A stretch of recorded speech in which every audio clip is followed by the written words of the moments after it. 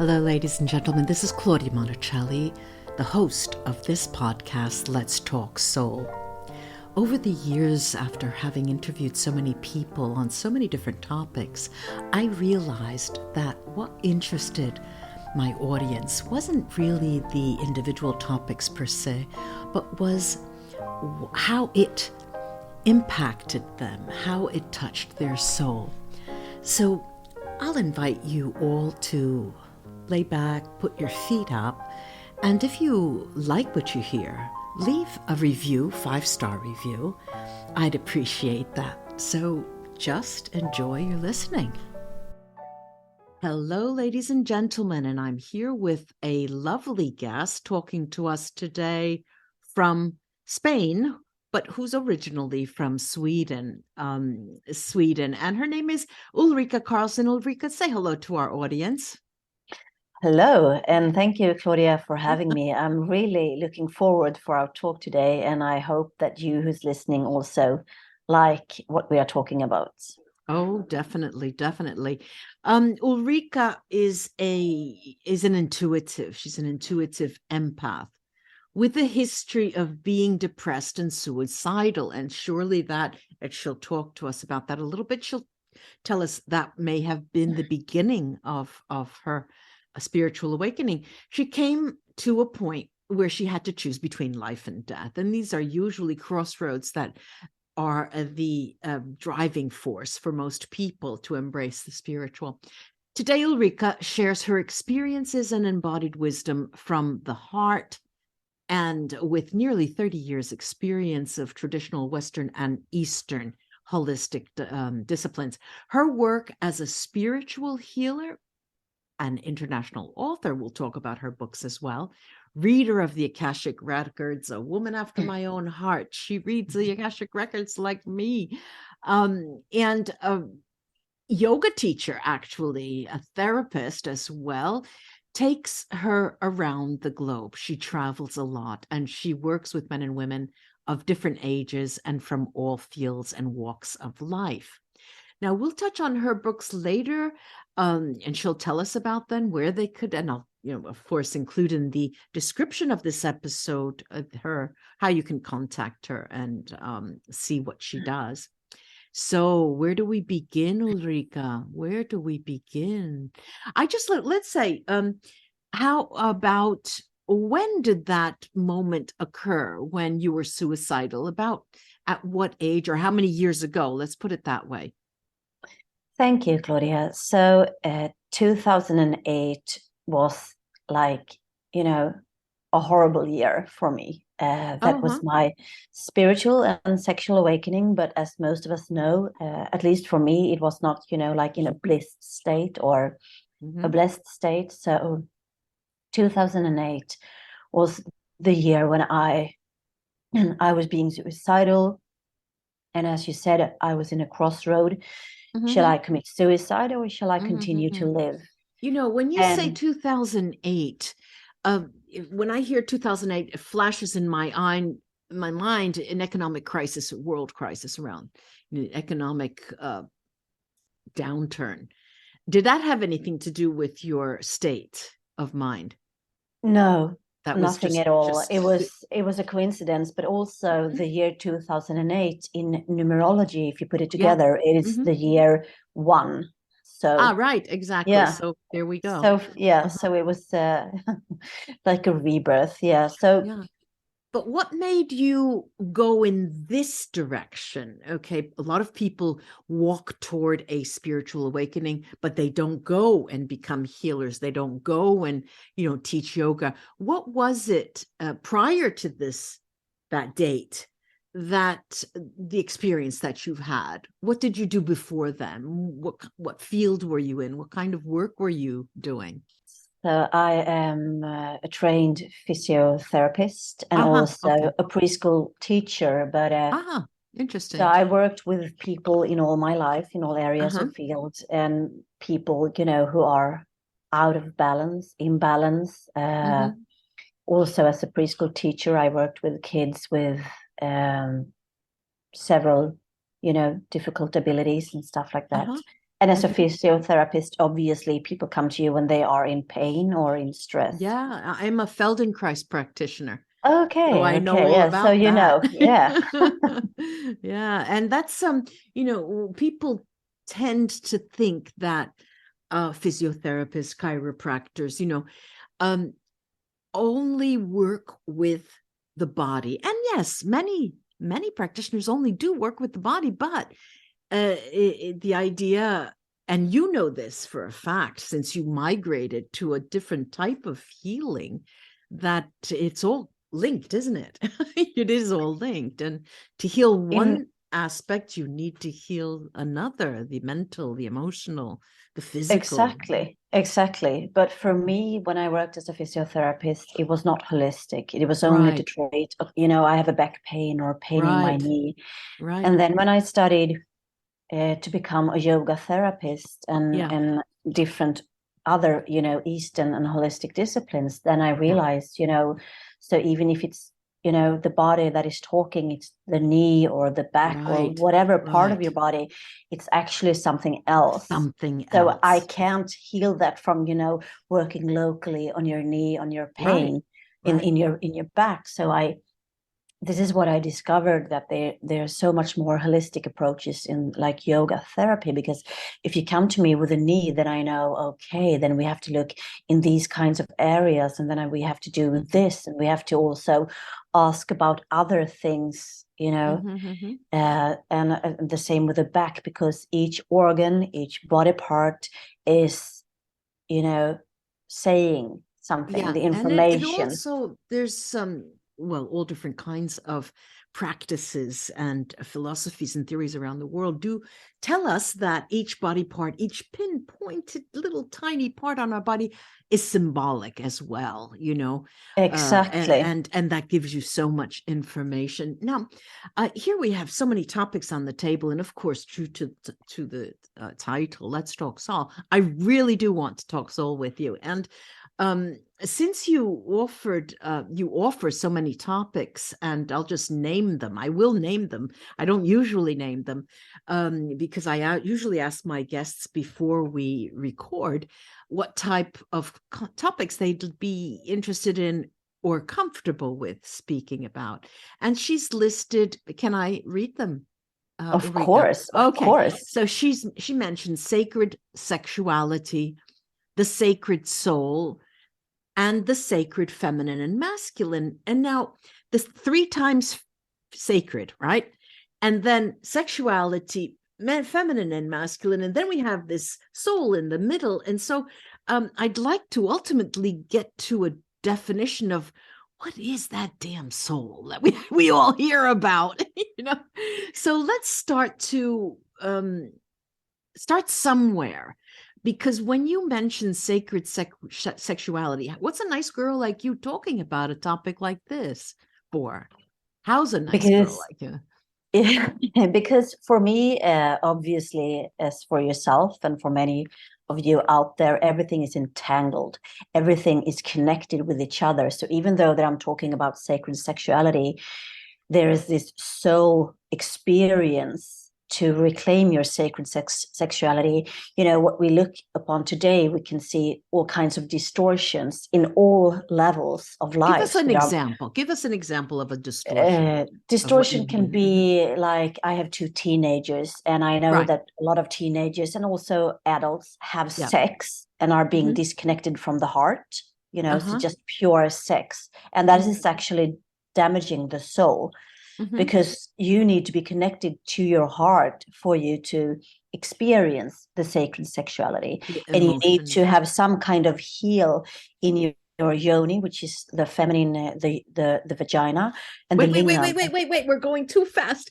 Let's go back. First, let me ask you. You said 2 teenage children, boy, girl, girls, boys. What's that? Both, one boy and one girl. Okay. And who's the oldest The of the son two? is turning 20 here in April, and my Good for daughter is him. turning 18. Those So were the good age, good old days. yeah. Okay, so So when you mention, yes, because people at that age, they think of sex. I mean, I was there. I know what that's like. Exactly. And so let's just take it a little at a time. Is it possible to talk to someone who's just starting out to understand what sex is all about? Is it possible to tell them or communicate to them the importance of the sacred nature of I think so. sexuality? I think so, And yes. what do we Because mean by that, really? The sacred so nature? also to come back to the topic is like, Uh-huh. for me, there's so much distortions about sex. We can Uh-huh. take like porn as another Okay. example, because many people who are watching porn, like our, young teenagers, where they find information, they Google and they find information. They might not even talk to their parents about it. Mm-hmm. So they go out on the internet and they see a lot of hardcore porn, and they Okay. are in the illusion that this is what Okay. adults do. This Okay. is what Now, adults do. right. Now, just a little parenthesis here. I have to say that pornography has a function. Okay. And by no means, I myself will never denigrate pornography unless it has to do with minors or pedophilia.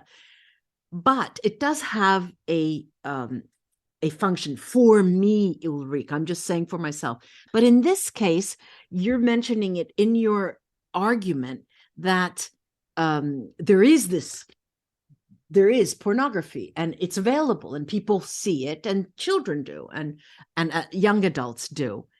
And you're saying, if I'm correct, if I understand correctly, that they almost accept it pell-mell as if this is what people do in their Yes, private, in their intimate life. Mm-hmm. yes, because many of the teenagers might not have a good relations with their, adults, or the Uh-huh. adults might be absent, Yeah. working a lot, being busy in Mm-hmm. the matrix. And so I know, actually, a friend of mine, she was working as a nurse, and she Uh-huh. told me that there's so many cases of young girls Oh, coming in, and they have oh, had hard penetration in oh, poor anus, girls. Yeah. because Wow. the young boys were looking at the porn, and what people were taking the behind in anus, Mm-hmm. rough So sex. so let's say that this is the result of a lack of communication about sexuality, really. Mm-hmm. Exactly, exactly. And also a disconnection, because if you are doing it, maybe without consent or anything like that, Mm-hmm. then it's not sacred, right? Because Okay. for it to be sacred always needs a consent from both Okay. parties. So now, Ulrika, this means that your notion of sacrality, of sacredness, has to do with because when we talk about something being sacred in religious, institutionalized religions, it's always linked to some form of institutionalized religion. In this case, I see that you're using the idea of sacrality as something to do with the interaction, the social nature of love, for example. And Yes. but the idea, going back to the idea of soul, this idea of sacredness, is it possible to break that down, what you mean by that? Yes. I'm Yes. sorry to ask you that. I No, know it's a big it's question. very good. It's very good. I love that. Thank you so much. So basically, I would say that most of us humans have lost their sacredness. And sacred for me has nothing to do with religion, because Okay. you can be very religious and not Hmm. being soulful or spiritual, and you can be Hmm. very spiritual and soulful without being religious. Okay. So sacredness for me has nothing to do with religion, but Hmm. has to do with a high state of consciousness. Ah, A high wait, state of we're there. We're consciousness. getting there. Okay. So when you talk about a higher state of consciousness, am I right? Am I correct in saying that we're going toward the level of what we consider a soul consciousness? Yes. Many people Yes. They overlap that idea. Well, go on, go on. Yes. Sorry that I interrupt. It's okay. So the way I see it and the way that I've discovered in my own recovery and when I work with clients, we only, in general, we have access to 5% of consciousness.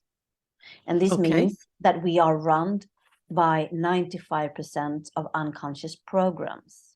And these unconscious programs makes us, it affects our health, our life qualities, how we choose our partners, our jobs, our careers, etc., etc. Like for myself, I can take myself as an example. So we're generalizing. You know these percentages are generalizations, right? The 5%, it's generalization. Yes. But for me, I was run by my programs that I wasn't good enough, that I wasn't worthy of love unless as I was a good girl, I was performing, I was, effective, yes, etc. I was doing. Yes, of course. So I was only worthy of love if I was doing something, one way or the other. And I also had my programs that I was fat, that I wasn't good looking, so I had so many programs. And from these programs that run my life, they made me, feel not at ease. So I developed a disease. I became burned out and suicidal due to my many stored programs within our bodies, right? Because they're stored in our cells, in the water, in our beings. And most of us, we have programs regarding sexuality, religions, sexuality, or, whatever. So when we become aware, because we can never change what we are not even aware of, right? We have to come to some kind of awareness for us to change. Increase the level of awareness. Yeah. So first I became aware that I had really dysfunctional behaviors and mental patterns. How I thought. So I became aware of that.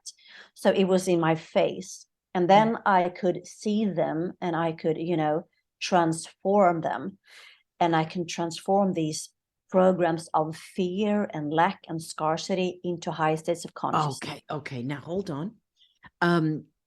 So we have this awareness issue because you let's say you accept the fact that there were negative programs that started a series of issues for you, problems, negative issues for you. Then you became more and more aware of the degree, the amount of the issues they created. But then at some point you believed, or you started understanding, that becoming more and more aware of them led you to some form of healing, or the beginning of healing.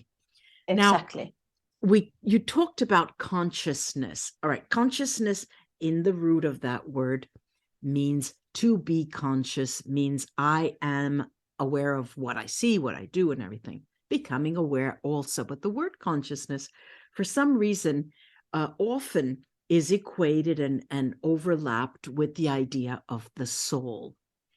And this is why I'm bringing up the notion of the sacred soul now, because there's sacred sexuality and then there's the sacred soul.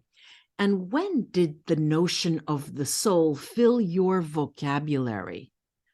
Was it much after 2008, when you had started on a healing path? What was it that all of a sudden, the light bulb around your head lit up and you were talking soul? Yes. Good question. You have many good questions. I love it. So obviously, I now know that we are souls. Not only we have a soul, but we are souls. We are souls, right? We are souls, and we have a body. We have a body, exactly. Right. But I was so disconnected from who I was when I was depressed and suicidal. Right. So I didn't even know that I had a soul, or that I was a soul.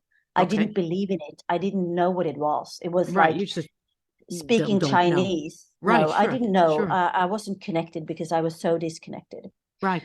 But the more I transformed my inner programs because the programs, the more you release your inner programs, your inner shit, your inner Right. karma, whatever you want to call them. Yeah, programming, we can call them programming as well. The more access you get to higher states of consciousness, because the consciousness are stored within our bodies, right? Okay, because now everything is different difficult. frequencies. Yeah, everything that's is different difficult. Okay, frequencies. hang on. So when you say it's stored in our bodies, that means that higher consciousness levels are equal to a higher frequency of vibration, and it's stored in our bodies. It's stored in our bodies. Okay, we are not even aware that these higher states of consciousness, the frequencies of the soul, is stored within us. Because we only have access to the 5% of consciousness in general. Most of us, yeah. Most of us, yes. So now going back to the question, what was that moment or period that made you think, oh my God, this is the soul? I'm talking soul. I mean, what was it? What kind of, I mean, I could call it an awakening, but what moment or event brought you to that? So it wasn't like a single moment. As I said, it started at 2008. And I cleared out my programs, my lower states of consciousness, my lower states of frequencies, my traumas, my stress, etc. So the more I cleared out, the more access I had to light. Okay. You know, the more access I had to just knowing an inner wisdom that I had acquired, not only a mental knowledge that I read a lot of stuff and read a lot of books and I undertook a lot of courses and educations, but I just knew it. I just, an inner knowing. And so I started to talk about soul maybe, not that long ago, maybe 5 years ago, that I realized. So 2008, 5 years ago, that's 2018, 10 years. The length of 10 years was the developmental process. For me. And in what context did you start to, use this vocabulary of the soul? It just came to me because I realized that I had changed myself. I had changed my frequency. I was not the same person that I used to be. I had this inner knowing. I knew things that I had never read about. But what? Well, yeah, like what? Give me an example. Like I know that I've been a mermaid in a previous lifetime. Okay. So that you have a heightened level of intuition and and I just know that I speak fluently Mermaidian, and I know that I've been in different civilizations and parallel dimensions that I've never been to. Yeah. And I could foresee You're making things. me laugh. You're making me laugh. I started studying a couple of languages and Russian. I love the language so much. I mean, I could study it 10 hours a day. I'm not kidding. I listen to fables in Russian. I'm not kidding. And I used to think to myself, why am I doing this? Why? I've never studied a language that.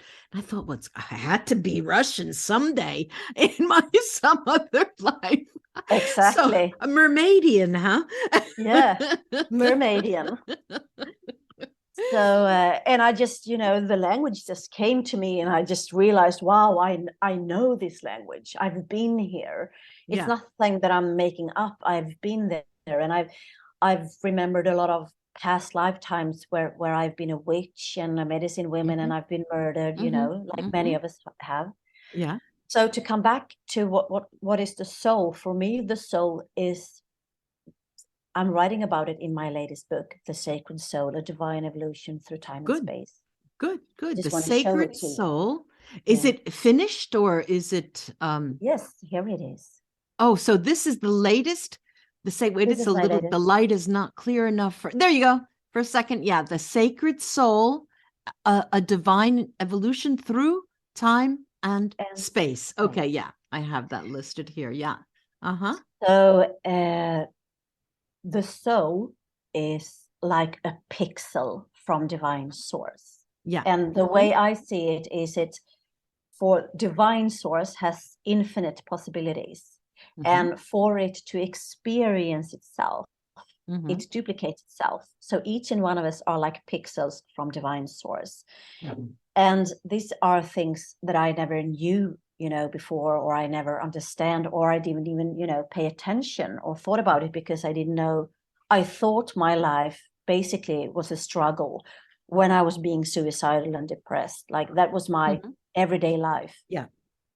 Life is a struggle after all. That's one of Yeah. our programs, you know. And then so I've realized that as we are all from divine source, and we with our unique expression in this lifetime, in this body, we are the unique frequency of, you know, who I am at a soul Of level. divinity. And then, Yeah. Exactly. And then I've, you know, I'm a yogic, and I've been studying yoga and holistic disciplines for more than 28 years, nearly 30 years. And in the yogic perspective, they always talked about the Akashic records. So I've always known about it. And I was so curious what it was. Where did you dive into to find the Akashic records? How did you then I have done a lot of educations, a lot of trainers, you know, out there, teacher trainings in Akashic records reading. And then I've just tuned into my own inner wisdom and my intuition to develop my knowledge. We're going to get soul examples here. All right. So I give you my name, you know, and I come to you, I tell you I was born this, that, and the other thing, or whatever you need to know about me. And you work with people at a distance usually, or in person? At a distance, for an Akashic records reading, let's say. Okay. I'll just call it an Akashic records reading. I call it soul therapy. So I come to you, you know, blah, blah, blah, blah, blah. I says, dear Ulrika, blah, blah, blah. I'm stuck. I need to learn about myself. I need to do something. Maybe I have, you know, maybe somebody did voodoo on me, or maybe I was I'm the object of curses or what, but there's something that is making me stuck. And you suggest an Akashic records reading. Okay. Now, how does that occur? Of course, I order it. There's an exchange of some kind of money, but then what do you need from me to start your reading? So I need your full name at birth, and I need your full name now, because we as women, if we marry, we may take another name. And then I need your birth, town of birth, and date. Exactly. And then I need your consent again. I need the consent, because I can never go into I can never go into another person's records without their consent. Okay, so this is more or less the way I work as well. Yeah. So now, then you say we set a time and date, right? We have an appointment, or no? How does it work? Yeah. So one reading can take between 7 and 10 hours. It depends on how much information I receive. You preparing it? Yeah. Right. So it's like it's not like I'm having a talk to your soul. It's like your soul is revealing a lot of information to me when it first started to make negative choices in previous lifetimes. And again, these negative choices that we've all made in past lifetimes, we are all perpetrators, and we are all victims. Even in this lifetime. Exactly. And they are all stored within ourselves. In our DNA. Now, I usually give myself a week, because it's not always linear, the process of working with the Akashic records for me. Exactly. You know, there's sometimes you know, things get a little convoluted. So let's say you finish your reading, you get it ready, and then you go into the session with the person, with me. All right. Yes. And you tell me what you have found. And typically, what occurs to your clients afterwards? I mean, what kind of feedback do you usually get? Do you keep in touch with them? I mean, it's really all about the soul and the soul level. And so it's very deep. It's deep work. This is very deep. You cannot get deeper than this. I totally agree. So what kind of feedback do you usually get days after you have the session with them? Yes. So you and I'm giving you your feedback now, and you get to know from what star system you are from, like my origin. Yeah. Group of exactly. art. Mhm. And you get to know about past lifetimes when you started to make, like 17 lifetimes ago, you made these Whatever. negative choices. So And that's so the I give reading. you, and I give you the feedback first, Mhm. because that's important for people to know who they are on the soul level and Yeah. the No, essence of you their mean soul. you give them the information. What I'm Exactly. talking about, the Yes. feedback that they give you after this reading. Oh, Say after the reading. yeah, what happens to them? The How do they feedback I get, feel? it's life-changing. Yeah. It's a game Okay. changer. It Yes. is people that Yeah. comes, and because here's the thing, I prepare the clearing for them in their Yeah. Akashic record. Right. But I can, each and one of us as a free soul, we have a free will. So Right, it's sure. up to each individual to activate their karmic clearing, of course. and the Akashic reading. And so, but I have instructions, so they follow, but they have to make they have a follow-up changes. period. Yeah, and sure. they need to make certain changes in their everyday life. In their everyday life, yeah. Because we know if we continue to do the same choices over again, we will have the same results. Well, this is what where we came. Of course, exactly. I usually tell my clients, okay, I'm clearing you today. Yeah. Now, tomorrow, if you wake up, go downstairs, go out the door and shoot somebody in the head, I can't do anything for you. Exactly. Yeah. So it's each, and that's why it's so important to understand, because most people, as a physiotherapist, people came to me, oh, I'm sick, please heal me. Help me. Or I am, I have pain, please remove it. But I am giving the power back to the person that I've been doing. Yeah. Because it's their responsibility. Exactly. And the more souls that are aligned with who they are and their, magical gifts and abilities, they also have high states of consciousness, and they contribute to the collective consciousness. Yes. And that's what's really important. Exactly. That's the most important thing. This is how we change low frequency matrix into high states of consciousness. Yes. So now we have this practice where you're really, we say, getting your hands dirty. You get your hands right into those Akashic records, and you get you systematize all the information, you give it back to the client. Now, and when they come back to you, when they give you some feedback, they usually tell you that it's life-changing. It's a game changer. There's a huge shift in consciousness as well. I see 100%. Yes. What I find is that many people, after working in this way, completely entertain a life path of spirituality in their own personal individual style. But now, so we have the awareness, we have the consciousness, we have the soul, and we get the idea that we are a soul, and then we have a body, and not vice versa. Now I'd like to move to this idea of sacred feminine and sacred masculine. Why? Because usually everywhere you go, on the internet, on the reading, all the books published, you'll hear of the sacred feminine, sacred feminine, sacred feminine. Very little is mentioned about the sacred masculine. Can you talk a little bit about that if you have the time? Yes. Thank you, Claudia.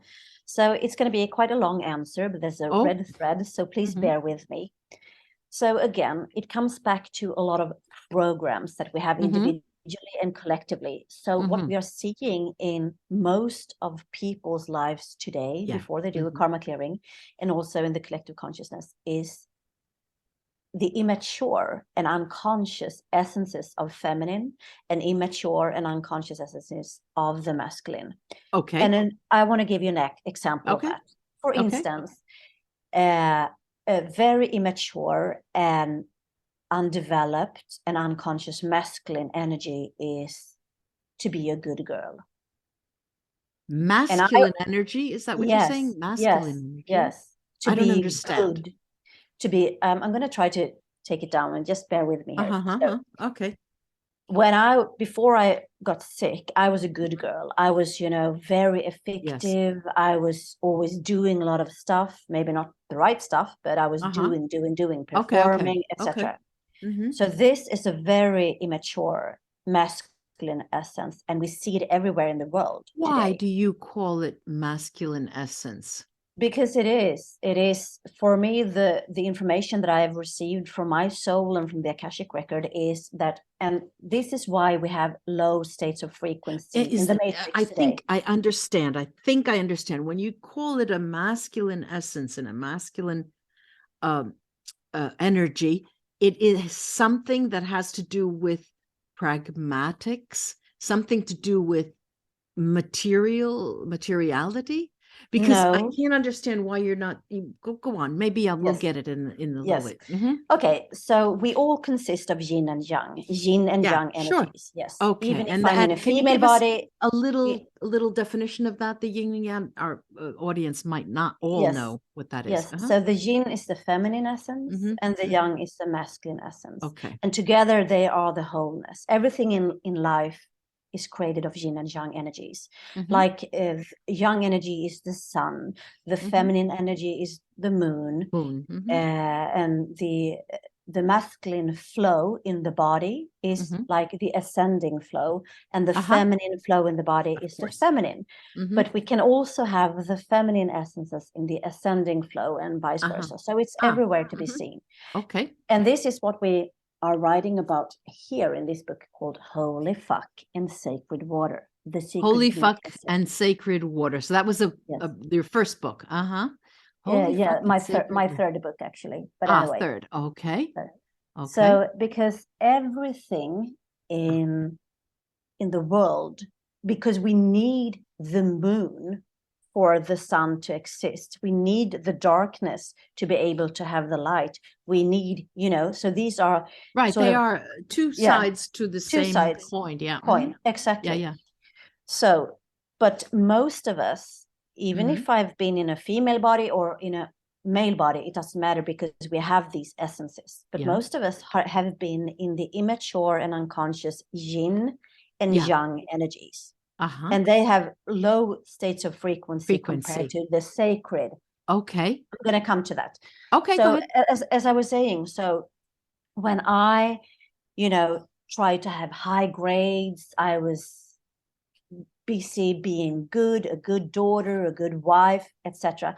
This is me upholding the immature, the unconscious masculine energy, and we see it everywhere in the world. Okay, now I understand. Now we want to climb the career ladders. We always want to move forward. We want to solve the problems, etc. Yes, and a very immature and unconscious essence of the feminine could be manipulation.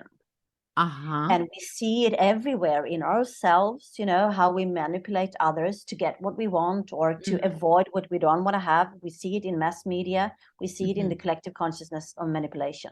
So these are very low frequency energies of the yin and yang. And there's so many more examples. And then we have the conscious masculine, which has evolved into the conscious masculine, which is like the clarity. You can have the clarity to see through all the bullshit that you have surrounded yourself with or from others. So the clarity is like a sword to cut through all the veils of bullshit, So you need the clarity, and the divine, the sacred feminine is the unconditional love. And you need the unconditional love. And the masculine, holy fuck. The sword and the heart. Okay, we've got exactly. Yeah. So we need these essences to be whole and to raise our vibration up into the sacred masculine and the sacred feminine. Okay. And then they merge in what we call like the holy fuck, because we are all holy fucks. Okay, now I understand the title. So let's just take one step back, and I'm still the client, right? And I've come for the Akashic record reading.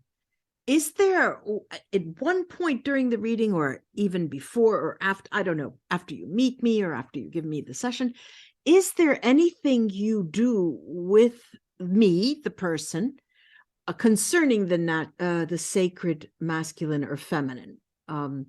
Is there sort of a time when you have an interview or a conversation or no, I don't, because so that's something different. Okay. Yeah, that's something different. That is a compliment right now, for instance, I have a year program called Master Yourself, where we are discovering different energies in our energetic systems, like the feminine and the masculine and the chakras and different perspective, so to speak, to make this, 360-degree angle, like a circle, so that we are whole. All But right. so I always tell my client again that this is your individual responsibility, but you need to use your body in your new, transformation, in your new changes, in your new the body actions. is definitely I mean, we're here for a purpose. We're on this. Exactly. And the soul resides partly in our bodies, in our cells, in our DNA, in all of us. So the soul is not only something above us or outside of us, it's within us, in the body. When you have when you work with a person and their Akashic records readings, do you find that people come to you asking, what's my soul's purpose? Can you help me in understanding my purpose? You get that question? I do get it. And even though that I see it, I give them all the information that they need to see it for understand themselves. It. Exactly. If I would go in and interfere with their divine will, with their sacred will, then I would be nothing better than, what we've seen, one of the that's programs been going on in the world for thousands of years. So then I would be from the same energetic space. So I always tell them, but I give them a very basic you give them metaphor. And like an oil tanker, if you only change the degree of an oil tanker 1 degree, it takes you in totally different destination. So you need to do differently. You need to involve your body in your new actions, but the actions that you are going to take or what you're going to do, I'm not telling you, because then I would take away your free will. Right. And exactly. And the idea of why you're here on this earth. Exactly. Ulrika, thank you so much. I mean, there's so many things we could even talk about, but I think we've done a good job in covering the basics for this episode. And as all things, usually good things come to an end quickly. But I would thank you so much for taking the time, and enjoy your time in Spain for now. And we'll talk again in the future. Thank you, Claudia, for having me. And also thank you who are listening. And I also want to add before we finish that when I was depressed and suicidal, I listened to an episode with Oprah Winfrey, and there was one guest saying, one sentence or one word that didn't make me commit suicide that day. So if there's only like one thing, one word message that I'm saying here today in a high frequency, so then I have paid back my karma, and the circle is closed. So thank you for having me, and thank you. That's wonderful. You who's listening. Bye. Bye. Thank you.